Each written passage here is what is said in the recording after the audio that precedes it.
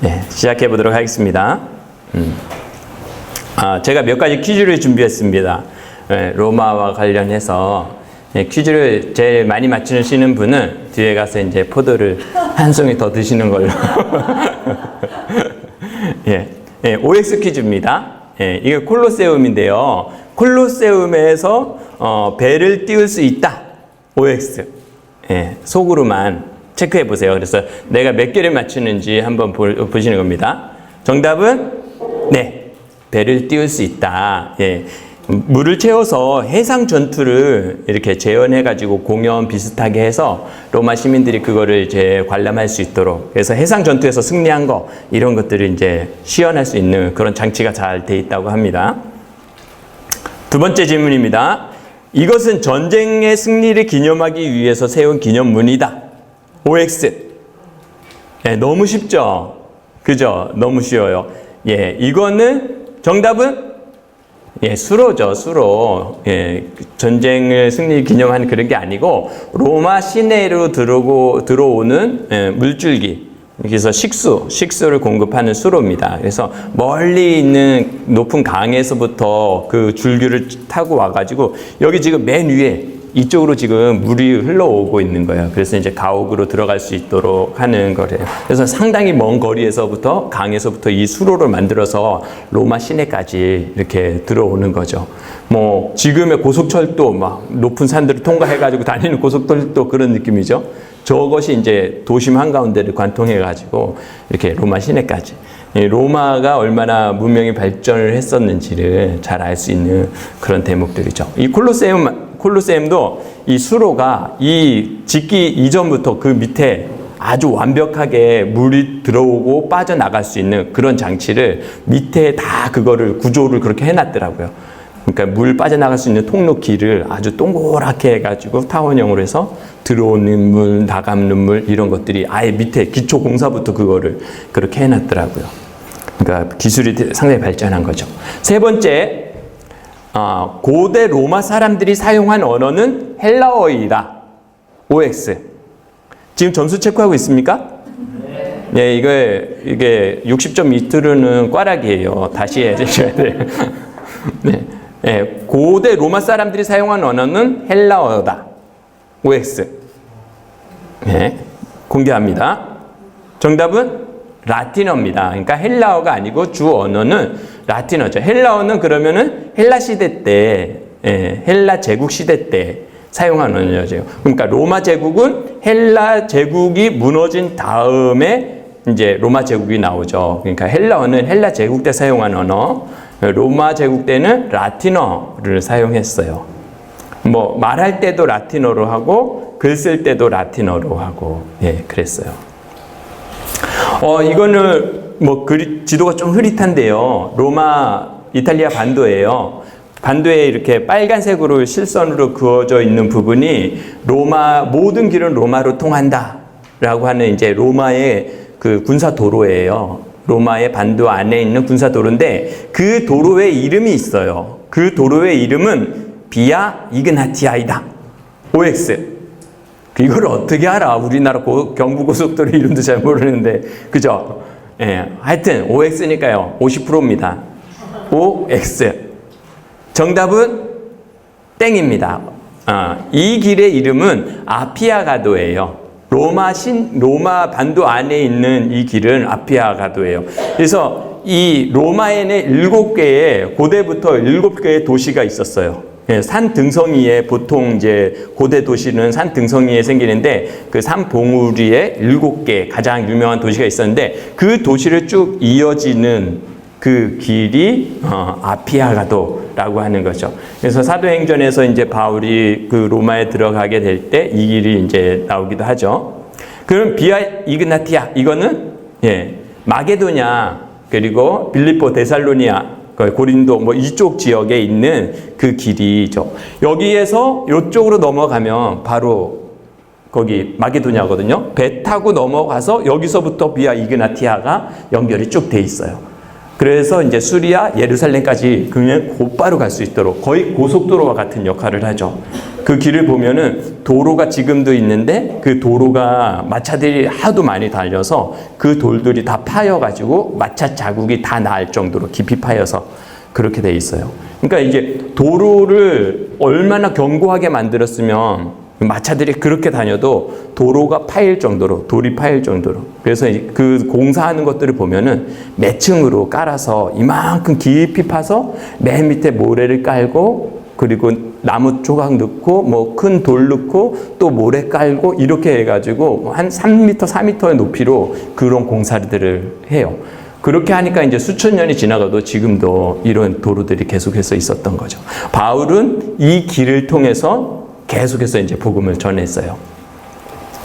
그 다음 로마서를 기록할 때, 바울이 로마서를 기록할 때 로마의 통치하는 황제는 네로였다.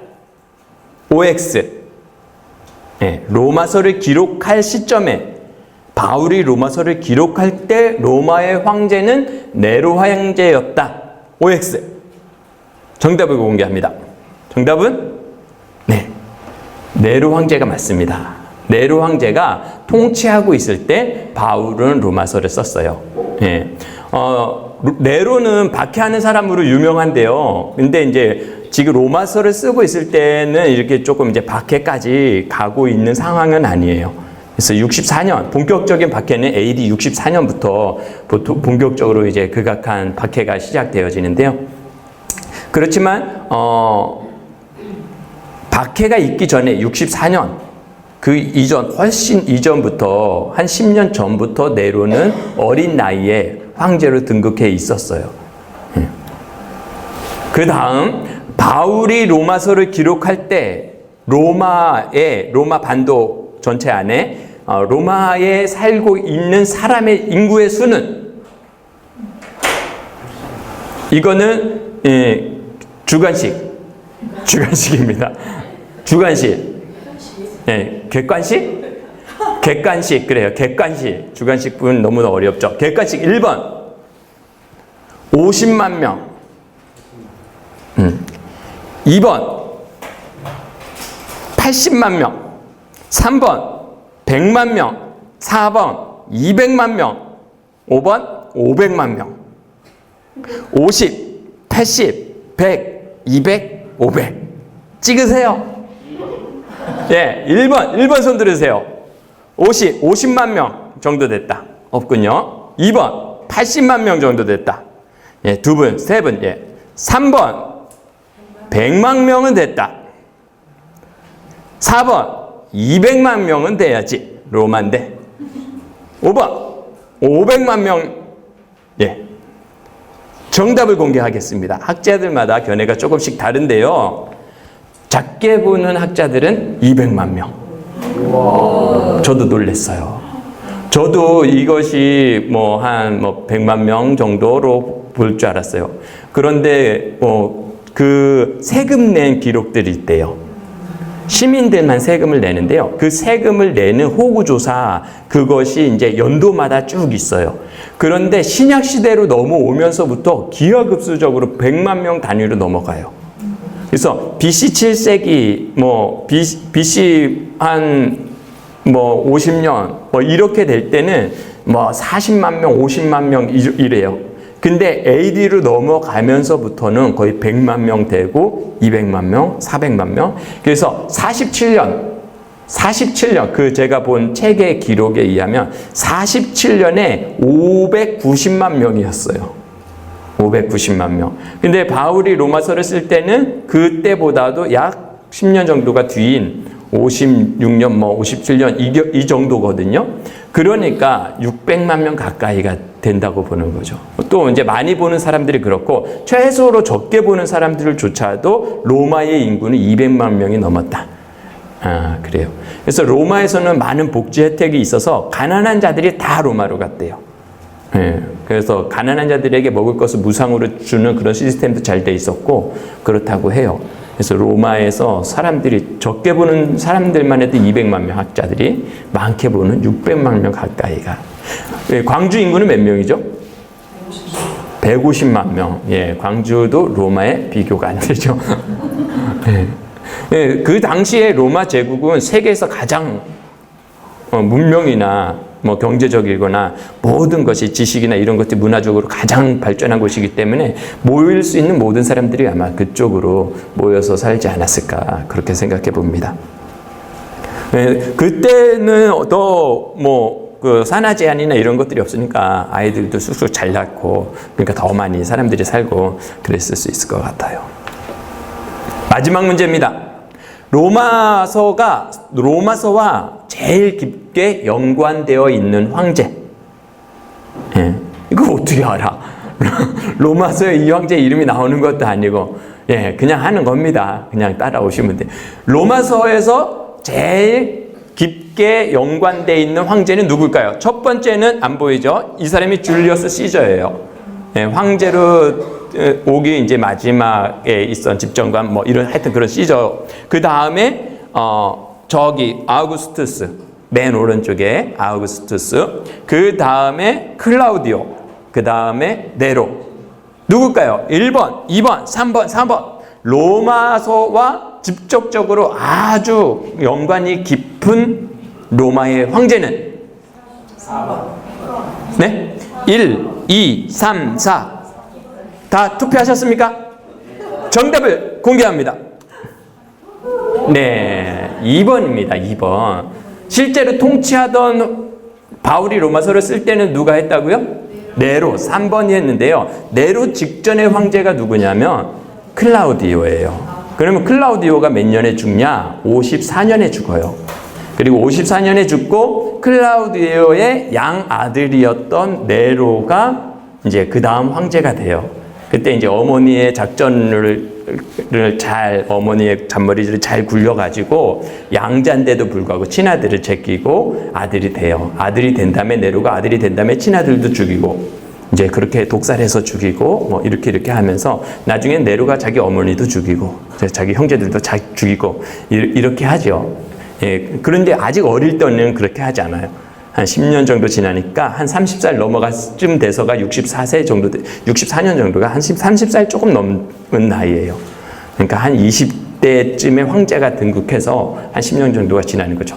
근데 이제 네로 황제가 등극하기 54년, 이 글라우디오 총독이 글라우디오가 황제로 있을 때 어떤 일이 있었냐면 글라우디오가 모든 유대인은 이 로마에서 떠나라 라고 하는 글라우디오의 칙령을 내려요. 예, 그래서 유대인들끼리 어떤 문제 때문에 자꾸 시끄럽게 서로 소동을 일으키고 분쟁을 일으키고 그러니까 로마시 안에서 시끄러운 일이 자꾸 생기는 거예요. 그러니까 클라우디오는 그것이 뭔지 진상조사 제대로 해보지도 않고 야 그것들 다 나가라 그래. 아 시끄러워서 못 살겠어. 뭐 이런 차원에서 그냥 로마시 안에서 모든 유대인들은 떠나라. 이렇게 하는 게 이제 글라우디오의 칙령이에요. 그것이 AD 49년에 있었어요. AD 49년. 그러면 AD 49년에 뭐 있었습니까? 또 하나 있어요. 예루살렘 공의회가 있었어요. 이런 모범생이 그래서 맨날 앞에 앉는 거예요. 네, 앞에 앉는 학생들이 모범생이에요. AD 49년에 예루살렘 공의회도 있었고 또한 글라우디오 칙령도 있었어요. 예루살렘 공의회에서 주된 안건이 뭐예요? 네, 이방인들에게 복음을 전할 때 율법의 준수 내용들과 관련된 그것들에 대해서 하도 이슈가 많이 되고 여기저기서 그것에 대한 질문이 많이 들어오고 충돌이 많이 생기는 거예요. 그러니까 그거를 가지고 교회도 그거를 가지고 공식적으로 국제회의를 하는 거죠. 예루살렘에서. 그러니까 예루살렘 공의회가 있었다는 것 자체가 이미 유대인과 기독교 그리고 복음을 전하면서 계속된 분쟁이 아주 극에 달하고 있는 상황이라는 것을 얘기해 주는 거예요. 예루살렘 공의회가 있었다는 그 자체가 큰 이슈로 이 회의를 하자. 그러니까 동일하게 그 시점에서 이것이 사회적으로 문제가 되니까 로마에서는 이런 것들을 회의하지 않고 그냥 유대인들은 다 로마에서 나가라. 이것이 이제 거의 동일한 시기에. 그러니까 그 당시에 이것이 얼마나 유대 사회에서 기독교 사회 안에서 또한 로마인들이 보기에도 큰 이슈가 되었는지를 알 수 있는 내용이죠. 이것은 글라우디오 칙령과 예루살렘 공의회는 가지고 있는 이 뉴스는 뭐냐면, 그러니까 바울이 전하는 복음이 그 당시에 얼마나 무리를 일으켰는지, 얼마나 그 당시에 받아들이기 어려운 것이었는지, 그 당시에 유대인들이 생각하던 것과 얼마나 상충되고 충돌하는 것이었는지를 나타내 주는 거예요. 한 사람이 가리키는 그 교리 때문에 온 제국이 시끄러운 거예요. 온 유대 사회가 다 시끄럽고, 바울이 걸어다니는 그 길 때문에, 그가 가는 곳마다 분쟁이 생기고, 그가 전한 그 믿음 때문에 뜨거워지고, 어떤 데는 그것 때문에 소동이 일으키고. 그러니까 바울이 전한 이 복음이 얼마나 그 사회에 정말로 이슈가 되고 있는지, 바울이 누군지는 모르지만 그가 어떤 사람인지, 그가 전하는 것 때문에 이 소동이 일어난다는 것은 어지간한 사람들은 이미 다 알고 있어요. 그를 보지는 못했지만, 이 소동의 원인이 누구다? 바울이다. 이 정도는 다 알고 있는 거예요. 그러니까 지금 바울이 로마에 한 번도 가보지 않았어요. 바울이 로마에 한 번도 가보지 않았음에도 불구하고 로마에서는 추방당하는 사람들이 있는 거예요. 근데 바울이 전하는 복음하고 똑같은 내용 때문에 그 분쟁들이 생기는 거죠. 근데 이제 바울이 나도 로마에게도 가겠다라고 하는 편지를 쓰는 거예요. 그래서 바울의 편지에는 항상 들어가 있는 게 있어요. 대부분. 그것은 뭐냐면, 나는 진짜 사도다, 이런 표현들이 대부분 들어가 있어요.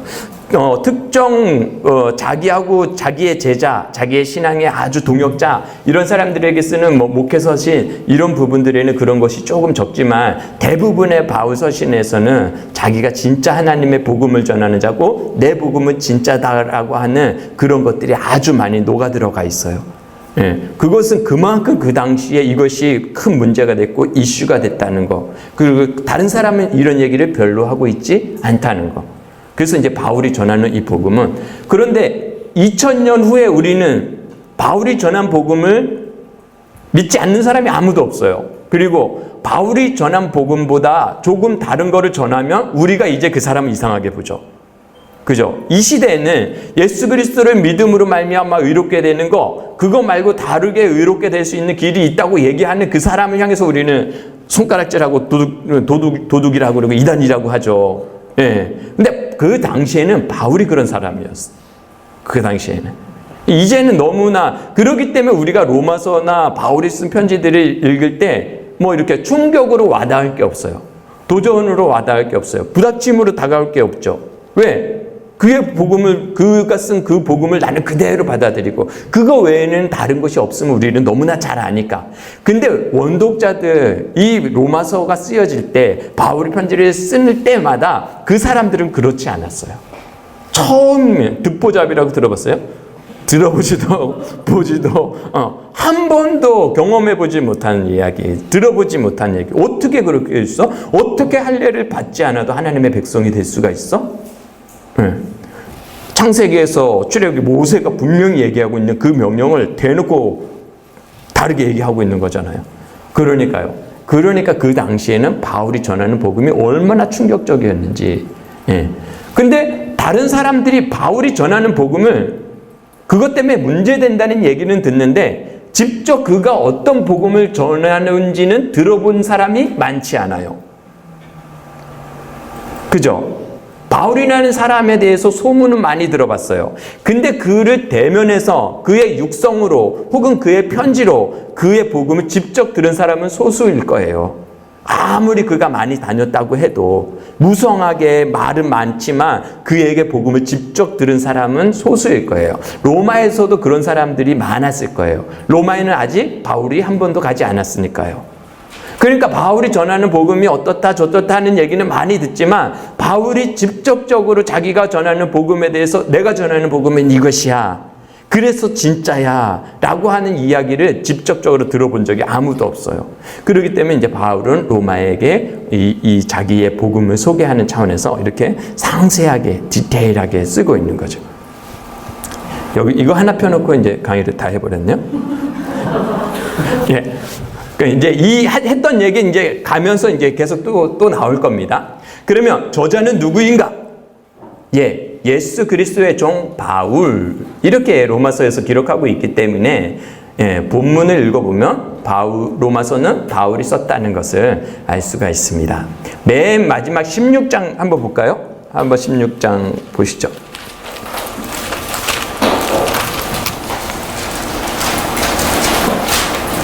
22절, 16장 22절. 시작. 이 편지를 기록하는 나 더디오도 주 안에서 너희에게 문안하노라. 이 편지를 기록하는 사람이 있대요. 더디오, 내가 이 편지를 기록하고 있다라고 하는데요.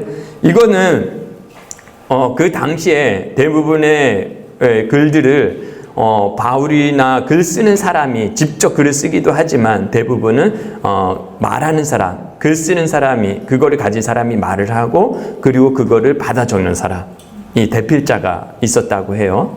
얼마 전에 영화로 나왔던 바울이라고 하는 영화에서도 보면 누가가 바울하고 이야기를 하면서 어떻게 이 부분을 기록할까요? 이렇게 하면서 이제 누가가 그 바울과 이야기하면서 그것들을 적어 나가는 그런 영화로 만든 부분도 있는데요. 하여튼 저자는 바울이 분명하죠. 그의 말과 그의 생각과 하나님께서 바울에게 주신 그 계시를 가지고 불러주는 것이고, 여기에 이렇게 더디오 같은 대필자들은 그가 불러주는 것을 이제 기록하고 있는 사람이라는 것을 알 수 있어요. 헬라어의 편지, 고대의 편지들은 편지에서 첫 번째 나오는 단어가 편지의 주인이에요. 편지를 쓰는 사람은 첫 번째 나오는 단어에 있어요. 그래서 편지니까 첫 번째 파란색 단어 파울로스, 첫 번째 로마서의 첫 번째 단어예요. 파울루스, 둘루스, 크리스투스, 예수스. 그러면 바울은 종이다. 그리스도 예수의. 그래서 나는 바울은 그리스도 예수의 종이다. 이렇게 부름을 받았다. 사도로서 크레토스 아포스톨로스. 하나님에게 사도로서 부름을 받은 자다. 이렇게. 그래서 제일 먼저 나오는 단어는 편지를 보내는 사람의 이름이 나와요. 그 다음에 나오는 단어는 이 사람의 정체성을 나타내는 단어예요. 그래서 두 번째, 바울 서신에서 두 번째 나오는 단어는 모두 다 바울의 정체성을 얘기해요. 그러면 로마서를 보면은 바울은 자기 자신을 뭐라고 해요? 둘로스, 종이라고 하는 거예요. 분명히 또다시 아포스톨로스에서 사도라는 표현도 분명히 같이 나와요. 그런데 우선순위에 있어서 먼저 쓰는 단어는 종이라는 단어를 먼저 쓰고 있어요. 그래서 이 사도라고 하는 것은 권위를 자기가 가지는 거예요. 나는 예수 그리스도의 사도야. 내 말 잘 들어야 돼. 이 복음에 대해서 물러설 수 없어. 이런 권위가 가지고 있는 그런 표현들이에요. 근데 나는 예수 그리스도의 종이야. 나는 예수님의 종이야. 낮아지는 그런 겸손한 표현들은 그 사람들과, 이 편지를 받는 사람들과의 관계가 돈독하지 않을 때, 혹은 얼굴을 대면한 적이 별로 없을 때, 그래서 이제 간곡하게 부탁해야 될 때, 이럴 때 주로 쓰는 표현이 둘로스라고 하는 표현이 먼저 나와요. 바울 서신에 보면은 로마서에 둘로스가 나오고 디도서에도 둘로스가 나와요. 사도라고 안 나와요. 디도가 사역하고 있던 크레테 섬이 사역이 만만치가 않았어요.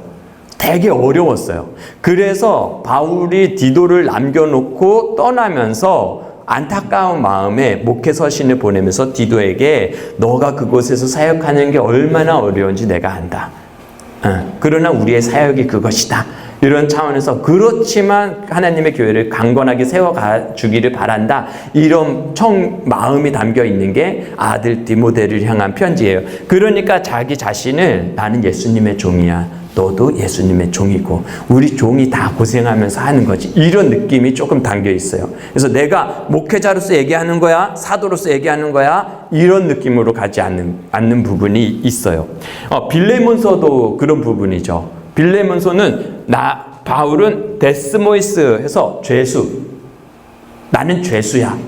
묶여있는 자야. 예수 그리스도 안에서 난 죄수야.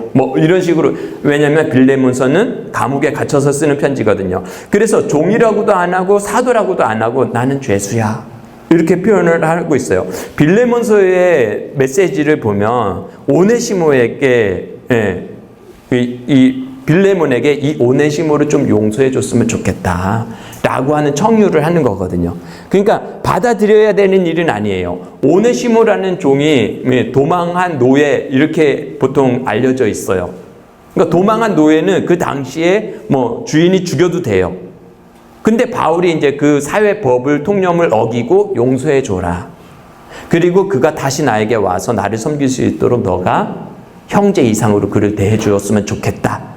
이런 청유를 하는 거예요. 범죄자에게 더 극진한 사랑으로 이제는 그를 자유민으로 그리스도인 안에서 아주 뛰어난 형제로 대해달라라고 하는 부탁을 하니까 거기에서는 이제 종보다도 더 자기를 더 낮춰서 나도 죄수였어. 누구처럼? 오네시모처럼 죄도 죄수지 나도 범죄한 죄수야. 뭐 이런 식으로 해가지고 그렇지만 너는 이렇게 올리면서 그 사람에게 마음을 살려고. 그래서 바울 서신에는 첫 번째 단어 다음에 두 번째 나오는 단어가 많이 중요해요.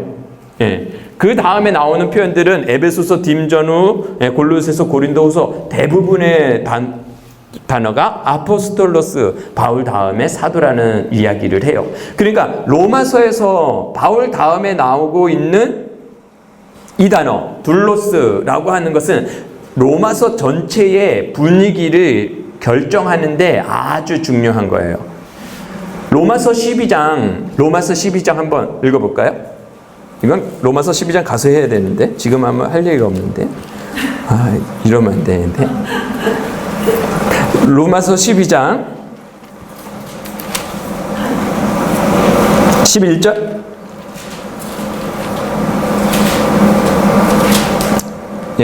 뭐 11절 전부터 해도 되는데 우선 11절부터 읽어보죠.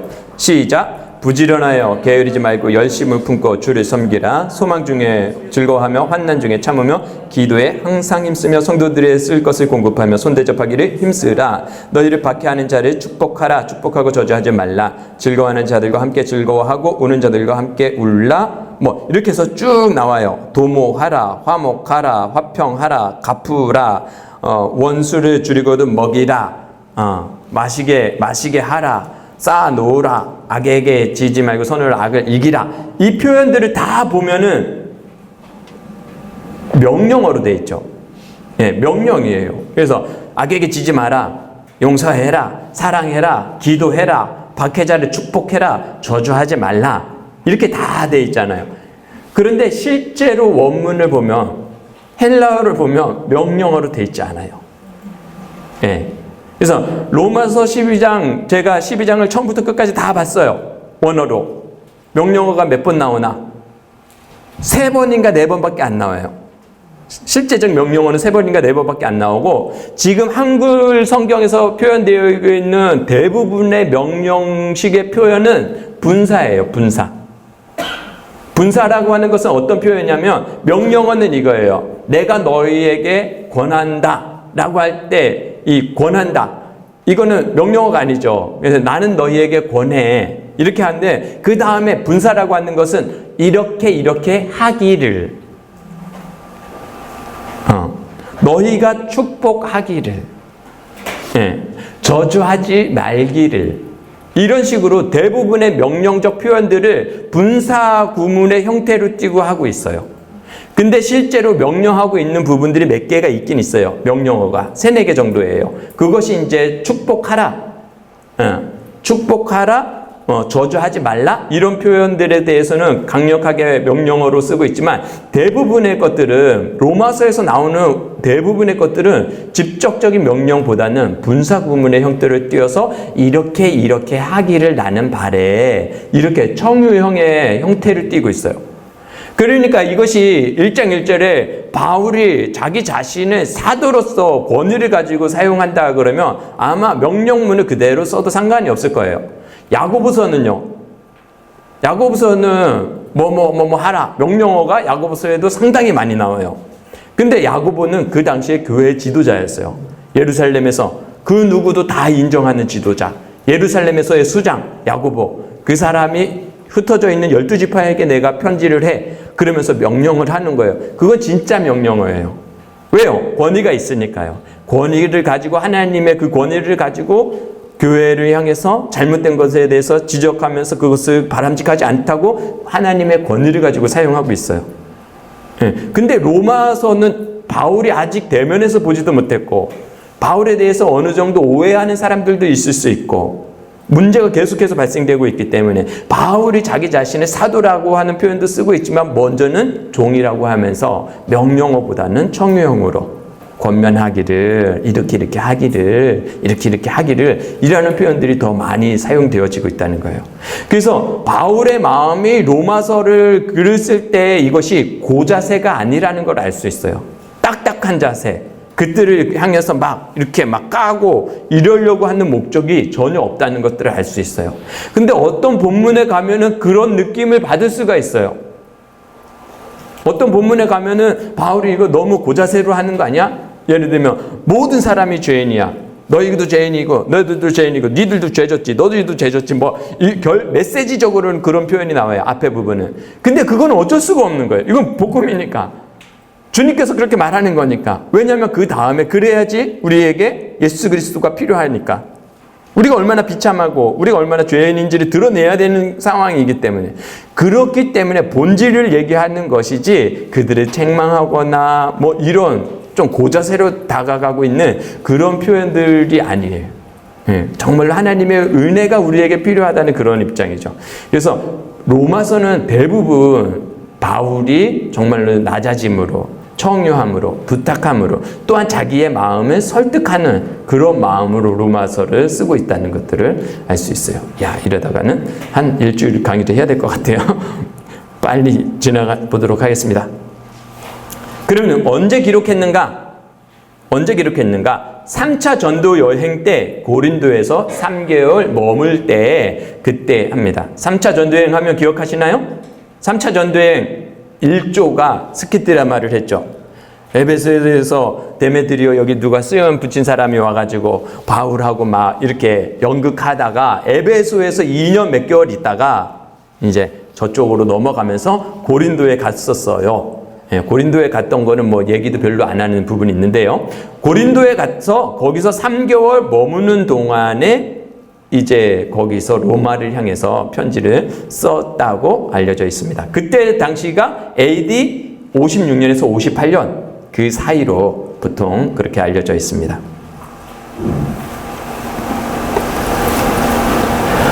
(3차) 전도 여행 잠깐 한번 볼 텐데요. 여기가 예루살렘이죠. 3차 전도 여행에서 뭐 여기서 수리아 안디옥에서 여기가 갈라디아 지역, 바울이 가장 따뜻한 마음을 가지고 있는 그 갈라디아 지역도 기록이 안 나와요. 그냥 그 다음에 나오는 데가 어디냐면 에베소예요. 3차 전도여행은 생뚱맞게 거의 에베소부터 시작해요. 이 지역을 내가 지나와서 이렇게 해서 이제 에베소부터 데메드리오 은장세 그 소요 사건. 네. 여기서 얼마나 있죠? 2년 3개월 정도. 2년 3개월 정도 있어요. 그러면 여기서 쓴 책은 매번 할 때 잘 모르죠. 여기서 고린도 전후서를 쓰는 거죠. 지난주에 했죠. 여기서 고린도 전후서를 보내고 여기서 2년 이상, 약 3년 미만으로 사역을 오랫동안 하는 거예요. 그렇게 하고 이제 가는 거죠. 어디로 갑니까? 일반적으로 빌립보로 갔다고 봐요. 마게도냐와 아가야를 거쳐서 이래요. 그래서 데살로니가, 빌립보, 데살로니가, 베레야 이렇게 해서 아데네, 고린도, 여기가 고린도예요. 이제 고린도에 왔어요. 고린도에 와서 이제 다시 돌아갈 거예요. 다시 돌아갈 때는 어떻게 돌아가요? 이렇게 다시 왔던 길로 다시 돌아가요. 빌립보로 이렇게 해서 돌아가요. 여기서 이제 고린도에서 머물면서 약 3개월 정도, 헬라에서 3개월을 머물렀다라고 하니까요. 여기서 머물면서 로마에 편지를 쓰는 거예요. 그러면 로마는 어딜까요, 지금? 여기가 로마 반도예요. 아까 아피아 가도가 이렇게 와가 여기서 멈췄죠. 여기서 요만큼 배 타고 넘어와서 이렇게 비아 이그나티아가 이렇게 돼서 여기 해협까지 와 있는 거예요. 직선으로 쭉 돼 있어요. 이 직선 길을 따라서 데살로니가와 빌립보가 다 있는 거죠. 메인 스트리트. 근데 여기서 이리로 가려고 그러면 여기서 이렇게 돌아서 여기까지 예루살렘까지 가는 것보다 어디가 더 가깝겠어요? 로마로 가는 게 훨씬 가깝죠. 가고 싶으면. 근데 여기서 로마를 향해서 내가 편지를 쓰는 거예요. 내가 너희에게 가기를 원한다 라고 하면서 복음에 대해서 자세히 해서 16장을 걸치는 책을 쓰고는 이제 저쪽으로 내려가는 거죠. 지금도 저희 비행기 타고 다니고 배 타고 다니면 힘들잖아요. 근데 그 당시면 얼마나 더 힘들었겠어요. 근데 여기서 바로 로마로 진짜 가고 싶으면 일로 그냥 가면 훨씬 편하죠. 근데 바울이 로마로 가는 것보다 더 중요한 일, 그것이 바울에게는 있었던 거죠. 그것 때문에 이제 글로 가고 싶지만 그거를 미루어 두고 이제 가는 거예요. 그래서 내가 예루살렘까지 갔다가 내가 너희에게 다시 가겠다라고 하죠. 예. 그런데 가죠. 가기는 예루살렘에 갔다가 가요. 예루살렘에 갔다가 죄수로 잡혀서 포송줄에 묶여서 끌려가는 거예요. 이래 가나 저래 가나 가기는 가는 거죠. 예, 예. 하나님이 어떻게 데려가는지는 몰라요. 가기는 가요. 예, 하나님의 뜻대로. 하여튼 여기서 바울은 로마로 여기서 직방으로 가려고 했는데 갈 수도 있었는데 그렇게 가지 않죠. 그래서 가지 않고 다시 돌아서 마게도냐로 빌립보로 다시 이제 에베소에 가지 아니하고 밀레도에 와서 고별 설교를 하죠. 내 달려갈 길과 주 예수께 받은 사명 이렇게 하면서 그러니까 여기서부터 내가 예루살렘에 가면 어떤 일을 당할지 이미 바울은 고린도에서부터 알고 있었어요. 그러니까 일로 가면은 예루살렘에 가서 당해야 될 그 환난을 안 당하는 것을 바울은 알아요. 나는 로마에 가서 서바나까지 가는 큰 복음을 전파하는 큰 원대한 계획이 내 안에 있어요. 그리고 그것을 하나님이 기뻐한다는 것도 알아요. 그런데 바울은 그거를 가고 싶어요. 근데 저리로 가면은 이미 박해와 어떤 일을 당할지는 여기 거의 고린도에서부터 알고 있어요. 근데 가는 곳마다 사람들이 예루살렘에 가면 환난은 당할 거니까 가지 말아라 하죠. 근데 바울은 로마로 가고 싶은데도 불구하고 고난이 있는 그 길로 꾸역꾸역 계속 걸어가는 거예요. 그러니까 이게 하나님의 음성을 듣고 가는 거예요. 우리가 하나님의 음성은 상황으로 분별하면 안 돼요. 넓은 길을 만나면 그것이 하나님의 길이고 고난을 당하면 그쪽은 하나님이 가지 말라는 뜻이구나 이렇게 해석하면 안 돼요. 주님은 고난을 만나면 그것이 주님의 뜻이에요. 십자가를 따르라, 좁은 길로 가라, 십자가를 지고 나를 따르라 그랬으니까 넓은 길과 좁은 길을 보며 좁은 길이 하나님의 뜻인 거예요. 그러니까 바울은 그걸 아는 거예요. 나는 저기로 가서 복음을 전하고 싶은데 바울은 저쪽에서 고난이 기다리는데도 불구하고 사람들이 가지 말라 그러는데도 꾸역꾸역 거기로 가잖아요. 그것이 그리스도인들의 삶인 것 같아요.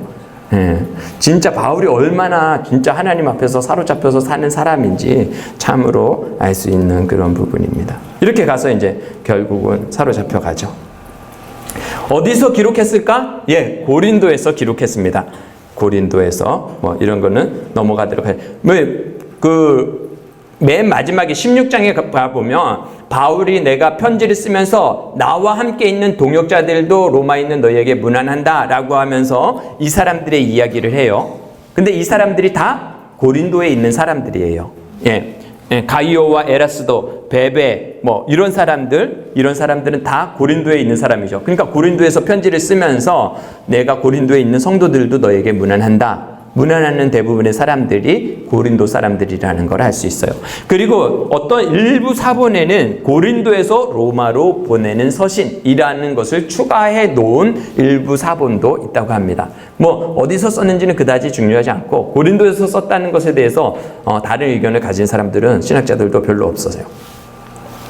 그러면 교회는 언제 세워졌는가? 교회는 바울이 로마를 방문하기 이전부터 기독교의 교회는 로마에 세워져 있었다는 거예요. 그래서 1장 8절에 보면 내 하나님께 내가 감사함은 너희 믿음이 온 세상에 전파되었다. 예수 그리스도를 믿는 믿음이 바울이 로마에 가기도 전부터 이미 로마 교회에는 예수 그리스도를 믿는 사람들의 교회가 있었어요. 그것이 중요하고 그러면 그 사람들은 언제 그렇게 됐겠는가? 사도행전에 보면은 오순절에 수많은 지역에서 비두니아, 아시아, 아프리카, 로마와 본도와 갈라디아와 에베소와 뭐 이런 데서 많은 사람들이 와서 오순절에 성령 강림을 경험하는 일이 있죠. 그때 로마에서 온 사람들도 있다고 사도행전에서는 기록하고 있어요. 그러니까 아마 그때 왔던 사람들이 돌아가서 예수 그리스도에 대한 복음을 증거하고 그것을 촛대로 말미암아 교회가 형성되었다고 볼 수 있겠죠. 그러니까 교회가 형성되고 한 50년, 한 몇 년이죠? 한 20년? 이렇게 지나는 시간이 있었던 거죠. 그동안 이제 구체적으로 이 복음에 대해서 이야기해 주는 사람은 없었죠. 그래서 예수 그리스도를 믿는 공동체 무리는 있고, 그렇지만 정확하게 복음이 무엇인지, 예수 그리스도께서 왜 구세주인지, 성경에서 예수 그리스도에 대해서 어떻게 예언했는지에 대해서 직접적으로 성경을 가지고 말해주고 가르쳐주는 사람은 거의 없었던 거예요. 로마 교회가 그런 상황이죠. 걸 알 수 있어요. 로마에는 회당이 여럿이 있었을 거예요. 근데 제가 책을 읽어보니까 13개 이상의 회당이 존재했다라고 해요. 그러면 13개 이상이니까 한 50개 있을 수도 있는 거예요. 그러니까 13개가 기록이 남아있나 봐요. 그러니까 회당의 이름들, 회당의 장소들이 문서로 찾아보니까 여기 회당, 저기 회당, 저기 회당 이렇게 기록되어 있는 게, 그러니까 종합적으로 로마에는 회당이 13개 있었다 이게 아니라 회당의 이름들이 문서에서 하나씩 발견되는 것을 찾아보니까 한 최소한 13개는 발견됐다. 근데 아까 얘기한 대로 최소 200만 명, 그죠? 그리고 600만 명, 그리고 글라우디오가 회당이 13개인데 사람이 13개 뿐이었으면 로마 황제가 13개밖에 안 되는 회당에 있는 유대인들, 너희 때문에 시끄러우니까 나가 라고 할 정도겠어요? 그죠? 그 정도는 아니죠. 그러니까 로마 시내 자체가 유대인들 때문에 어떤 이슈 때문에 시끄러워질 정도로 로마 안에는 유대인들이 많았어요. 회당들이 많이 있었다고 보면 되겠죠. 확실히 있었다는 거예요. 근데 로마에 있는 회당과 알렉산드리아, 이집트에 있는 알렉산드리아, 이거는 이제 로마 제국의 또한 이집트의 아주 중요한 거점이기도 한데요. 알렉산드리아에도 회당이 많이 있어요. 근데 알렉산드리아에 있는 회당의 지도자들의 이름이 에드라나크? 이렇대요. 그래서 회당의 수장과 같은 사람의 이름이 이렇대요. 근데 알렉산드리아는 자료가 잘 정리가 돼 있어요. 그래서 이 사람들이 어떤 역할을 했는지를 잘 알 수가 있는데요. 이 사람들은 개별 회당의 지도자가 아니에요. 개별 회당의 회당장보다도 더 묶음으로써 전체 알렉산드리아 회당의 유대 회당의 통치자로서의 장로의 무리에 해당되는 사람들이 에드라나크라고 하는 지도자들이에요. 근데 로마 회당에서는 이 명칭이 발견되지 않는데요. 대신 사용되어지는 것은 게루시아라고 하는 장로들이 나타난대요.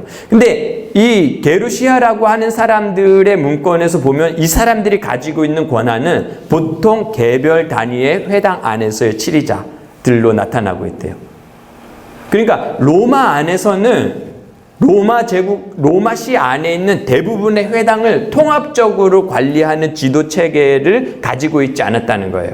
알렉산드리아는 노회, 총회 이런 식의 구조를 가져서 총회장과 노회장 이런 식이 있어서 개별 단위의 그런 회당들에 대해서 정치할 수 있는, 통솔할 수 있는 그런 구조를 가지고 있지만, 로마에서는 개별 단위의 회당이 의사를 가질 수 있도록 조금 더 자율성이 부여되어져 있는 것이 로마의 유대인 회당. 알렉산드리아는 조금 더 통합적으로 관리하고 그러다 보니까 안전적이죠.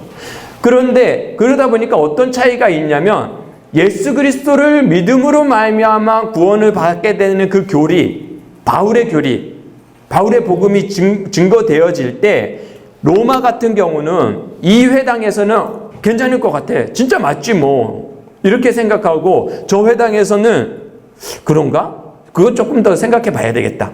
저쪽 회당에서는 이렇고 저렇고, 저쪽에 각 회당별로 그 의사결정을 나름대로 각 회당별로 결정하고 서로 간섭하는 일들이 많지 않다는 거예요. 그런 통치기구가 별로 없으니까, 개별적으로 인정을 하니까.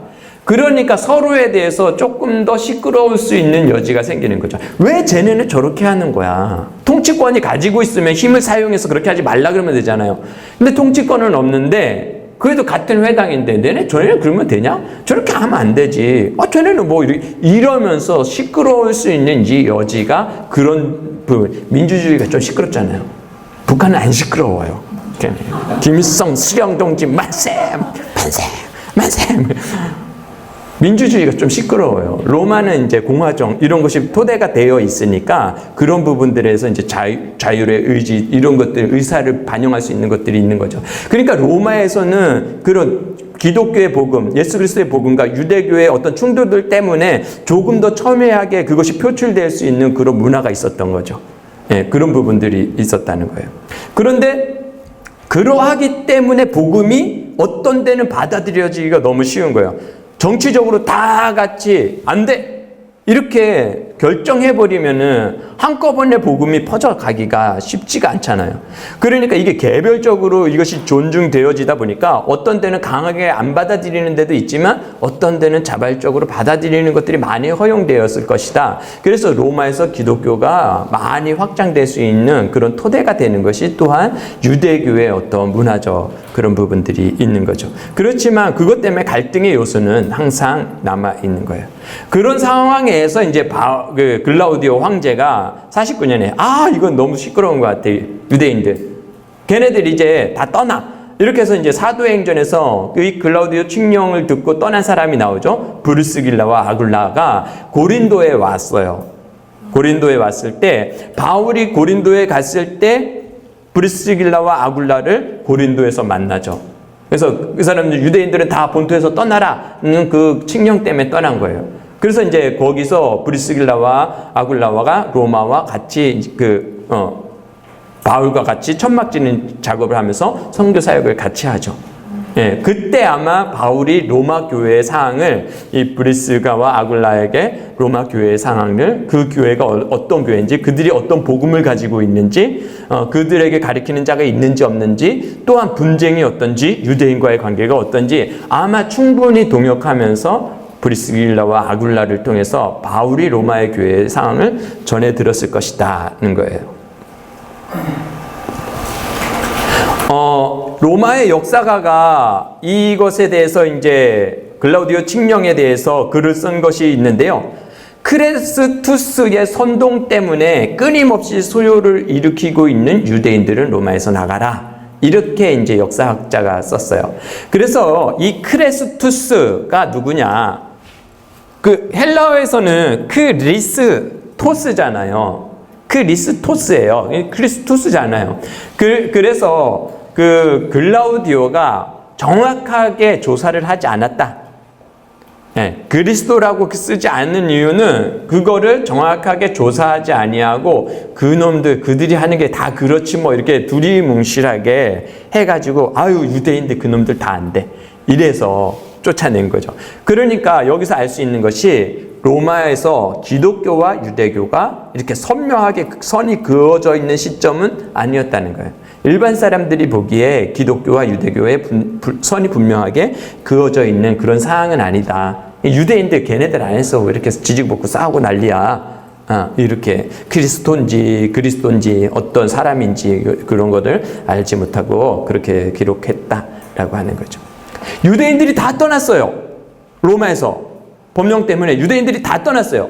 그러면 기독교인들은 아까 얘기한 대로 유대교와 기독교가 이렇게 선명히 선이 딱 그어져 있지 않은 상황이에요. 그러면 기독교는 어디서 모였을까요? 교회가 어디에 형성되어 있었을까요? 예, 회당에 있었을 가능성이 커요. 기본적으로는. 회당에 예수 그리스도를 믿는 자와 또한 예수 그리스도를 믿는 자와 또한 예수 그리스도에 대해서 조금 다르게 생각하는 사람과 이게 같이 한꺼번에 묶여 있는 거예요. 특별하게 바울처럼 강하게 가리키는 자들이 없으니까 회당 안에 이런 사람도 있고 저런 사람도 있고 믿는 자도 있고 믿지 않는 자도 있고 그렇지만 다 유대인으로서 율법을 지키고 이렇게 있는 상황이었을 거예요. 그런데 이제 유대인들은 다 떠나래. 그러니까 이제 유대인들이 싹 빠져나가요. 그럼 싹 빠져나가면 유대 회당 안에 남는 사람들은 누구예요? 이방인들밖에 없어요. 이방인들밖에 없으니까 이 회당에 나올 일이 없는 거예요. 유대인이 없잖아요, 회당에. 그러니까 아마 그때부터 믿음이 같은 사람들끼리 모이기 시작했을 거예요. 그러니까 아마 글라우디오 칙령 이후부터 기독교 공동체는 가정교회 형태로 아마 바뀌어졌을 거라고 그렇게 봐요. 그러면 유대인들은 다 떠났어요. 유대 회당에서 모이던 사람들이 유대인도 떠나고, 그리고 뭐 예수 그리스도를 잘 안 믿는 사람도 떠나고, 이제는 기독교인들밖에 없어요. 이방인들밖에 없어요. 그래서 회당에서 모이지도 않아요. 그래서 조금 부유한 집에서 이제 모임을 시작하는 거예요. 이방인들끼리, 로마 사람들끼리.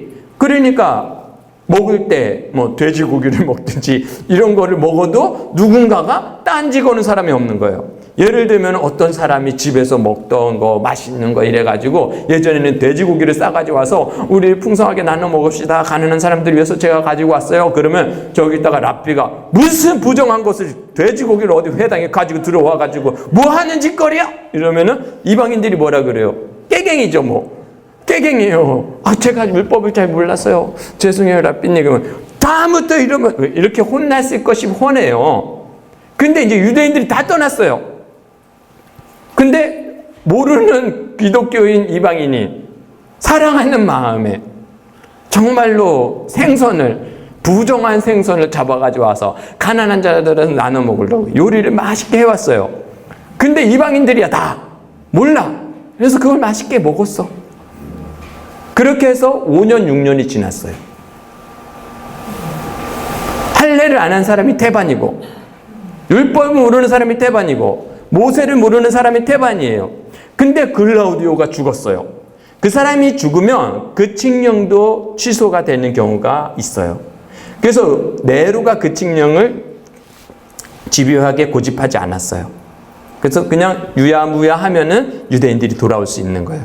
그래서 글라우디오가 죽고 나니까 이제 유대인들이, 기독교인들이 자기 집이 있는 곳으로 돌아왔어요. 돌아와서 이제 그때 같이 모였던 그 사람들을 찾아가서 만나고 해서 예배를 드리고 뭐 하다 보니까 돼지고기가 올라오고 뭐 물고기가 이상한 것들이 올라오고 막 이상해진 거예요. 이거 뭐 하는 거야 이거? 그랬더니 로마에 있던 집사님들이 중이 절이 싫으면 떠나야지.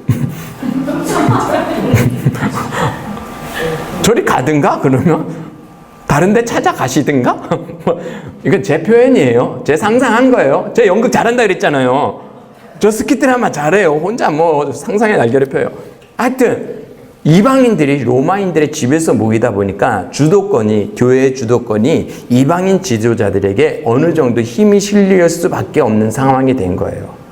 유대의 말씀을 잘 아는 자들이 왔다고 해도 5년, 6년, 7년 동안 그들이 부재한 상태에서 공동체는 나름대로의 문화와 그런 것들을 가지게 되죠. 그러니까 이제 돌아왔을 때 유대 사회에서 가지고 있던 말씀에 대한 권위, 그리고 구약에 대한 권위, 이런 것들이 이방 사회에서는 그것이 쉽게 이렇게 터부시하기가 어려운 상황이죠. 그럼에도 불구하고 우리는 지금 새로운 권력을 가졌고 새로운 문화를 가지고 있고 교회 안에서 이것이 자유했었는데 저 사람들이 들어오고 나서는 우리가 죄인이 되는 것 같고 모르겠고 근데 우리가 틀린 것 같지는 않은데 쟤네를 얘기를 들어보면 또 쟤네가 틀린 것도 아닌 것 같고 막 이렇게 되는 상황이 된 것이 로마서를 쓸 때의 상황이에요. 54년 글라우디오 칙령 때문에 유대인들이 돌아오고 그래서 약 2년 정도가 지났을 때 56년에서 57년쯤에 바울이 로마서를 쓰는 거죠. 이런 상황에 있는 것이 이제 로마서를 받는 로마의 교회의 상황이라는 거예요. 그래서 로마서 안에는 로마서 14장에 보면 음식법에 대한 얘기, 이거를 먹어도 되지 않느냐, 날짜는 지켜야 되냐, 절기는 지켜야 되느냐, 안식일에는 어떻게 해야 되냐, 이런 것에 대한 논쟁에 대한 견해에 대해서 바울이 이야기하죠. 먹고 마시는 것에 하나님의 나라가 있지 않다. 이것이 그 점이에요. 먹어도 되고 안 먹어도 돼요. 누구한테는 먹어도 돼요. 이방인은 먹어도 된다 그리고 유대인은 먹으면 안 된다 그래요. 그럼 바울이 얘기한 때는 먹어도 돼. 쟤네 좀 인정해줘. 얘네한테는 먹으면 안 돼. 얘네 좀 인정해줘. 바울이 이러는 거예요. 왜요? 먹고 마시는 것에 하나님의 나라가 있지 않기 때문에. 하나님의 나라는 어디에 있어요? 의와 평강과 희락에 있는 거예요. 서로 사랑하는 것에 하나님의 나라가 있어요. 야, 먹고 안 먹는 거 그렇게 중요한 게 아니야. 쟤네가 먹으면 불편해되잖아. 먹지 좀 말어. 그게 사랑이잖아. 이방인들에겐 그렇게 얘기하고요. 유대인들에겐 야, 좀 먹게 내버려도 배고프대잖아. 먹는다고 어떻게 되냐? 이러면서 하나님의 나라는 먹는 거에 있지 않아. 이런 것들이 이제 로마에 있었던 교회 안에서 유대인과 이방인들이 갈등할 수밖에 없었던 그런 부분들에 대한 표현들이 로마서 곳곳에 나타나고 있어요. 로마서 1장과 3장 사이에서 많이 나오는 표현과 9장과 11장 사이에서만 나오는 표현이 있어요. 고린도전서에도 이 표현이 나오고 바울의 서신에도 이 표현들이 상당히 많이 나와요. 근데 로마서에서는 1장과 3장, 9장과 11장에 이 표현이 거의 몰려서 나와요. 이 표현은 무엇일까요? 맞추면은 지금 쉬고 안 맞추면 1시간 더 하는 걸로. 뭘까요? 1장과 3장에 많이 나오고 9장과 11장에 나오고 그 사이에 안 나오고 그 끝에도 잘 안 나오는 이 표현은 유대인이나 헬라인이나, 이 표현이 여기와 저기에 나와요. 예, 우리가 많이 알고 있는 대로 로마서는 1장과 11장까지 이론에 대해서 얘기하고 있다. 실전적인 측면에서는 12장부터 영적 제사를 너희 몸으로 살아있는 영적 제사를 드려라 라고 하면서부터 이제 12장부터 16장까지를 이렇게 나눠서 보잖아요. 그러면 이제 복음이 무엇인가, 어떻게 예수 그리스도를 믿음으로 말미암아 의롭게 되어지는가에 대한 표현을 하고 있는 것이 1장부터 11장까지예요. 근데 1장부터 11장까지 어떻게 예수 그리스도를 믿음으로 말미암아 의롭게 되어지는가, 그 이야기를 하는 데 있어서 처음과 마지막에 이방인이나 헬라인이나 유대인이나 이방인이나 모두 다 예수 그리스도로 말미암아 그 죄가 사해진다. 처음에는요, 이방인이나 유대인이나 모두 다 죄인이다. 그 차원에서 많이 얘기해요. 마지막에서는요, 이방인이나 유대인이나 다 차별 없이 예수 그리스도를 믿음으로 말미암아 구원받을 수 있다. 이 얘기가 나와요. 그러니까 하나님은 모든 사람이 죄인이고 모든 사람이 구원받기를 원하신다. 누구로 말미암아? 예수 그리스도를 믿는다면. 그러니까 너희들이 이방인이라고 유대인이라고 서로 싸우지 마 라고 하는 메시지가 로마서에 이렇게 담겨 있는 거죠. 잠깐 실수가 있나요? 빨리 하고 끝내겠습니다. 바울이 로마서를 기록한 이유는 뭘까요? 첫 번째는 내가 서버나 선교를 갈 건데 그것을 위해서 너희에게 방문할 거야. 예, 로마가 기점은 아니에요. 아까 얘기한 대로 로마에 그 복음이 들어갈 수 있는 자유로운 여건이 돼 있기 때문에 로마에는 기본적으로 예수 그리스도를 믿는 사람들의 무리가 상당히 많이 있었어요. 그래서 바울이 이미 복음이 뿌려진 곳에서 내가 복음을 뿌리지 않겠다라고 하는 표현이 이제 15장에 가서 그 표현을 해요. 그러니까 내가 너희가 가서 복음을 뿌리고 그래서 교회를 세우고 이것이 목적이 아니라 너희가 나와 함께 이방 선교, 서버나까지 땅끝까지 가는 선교에 너희가 나를 후원해 줬으면 좋겠다. 그 선교 사역에 동참해 줬으면 좋겠다 라고 하는 그 목적을 가지고 선교 사역에 도움을 요청하기 위해서 이 글을 쓰는 거예요. 그러기 위해서는 내가 전하고자 하는 복음이 너희가 동의가 돼야 되잖아요. 그죠? 내가 전하고자 하는 복음에 너희가 동의가 되니? 나는 이런 복음을 전하고 있어. 지금까지 이렇게 살아왔고 너희에게도 가서 이 복음을 전할 거고 나는 저쪽으로 가서도 이 복음을 전할 거고 온 땅 가운데 이 복음을 전할 건데 너희가 만약에 동의가 되어진다면 나를 파송해 줄 수 있겠니? 라고 하는 마음을 전달하고 있는 거죠. 그렇기 때문에 신학적인 구조를 정확하게 설명할 필요가 있는 거죠. 그리고 또한 자기를 변증하는 거예요. 아까 얘기한 대로 바울에 대한 오해들, 분쟁이 계속해서 나오고 있기 때문에 그가 이상한 사람 아닌가? 라고 하는 그 부분에 있어서 그 사람이 율법을 폐기하려고 하는 사람 아닌가? 악한 사람 아닌가? 이런 것들에 대해서 나는 그런 사람 아니야. 율법을 폐기하고 율법을 쓸모없다고 하는 그런 사람 아니야. 그래서 로마서와 이 갈라디아서에서 율법을 다루는 이 표현들이 정말로 조금 이렇게 미묘하게 차이가 있어요. 갈라디아서에서는요, 율법을 따라가려고 하는 그 사람들을 향해서 저주를 받아라 그랬죠. 저주를 받아라. 예, 천사라도, 우리 중에 어떤 사람이라도 저주를 받을 것이다.